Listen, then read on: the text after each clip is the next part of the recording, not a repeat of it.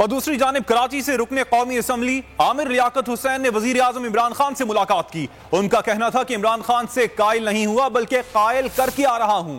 दोस्ती उनसे पहले से थी, वोट का अभी फैसला नहीं किया। मीडिया से गुफ्तगू में आमिर लियाकत का कहना था कि मुलाकात में इमरान खान पर पूरा एतमाद नजर आए और कहा कि तहरीक अदम एतमाद नाकाम होगी। खत्म ही हुई थी, लेकिन अभी वोट का कोई फैसला थोड़ी हुआ है।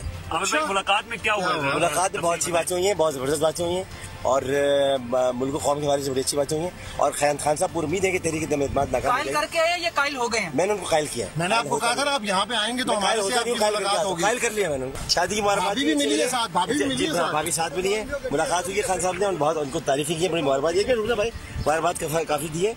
और दूसरे ये कि मगर जो होने वाला है ना वो नहीं होने वाला और जो नहीं होने वाला है वो होने वाला है। तो मसलन सब्सक्राइब करें और बेल दबाएं ताकि कोई खबर रह न जाए।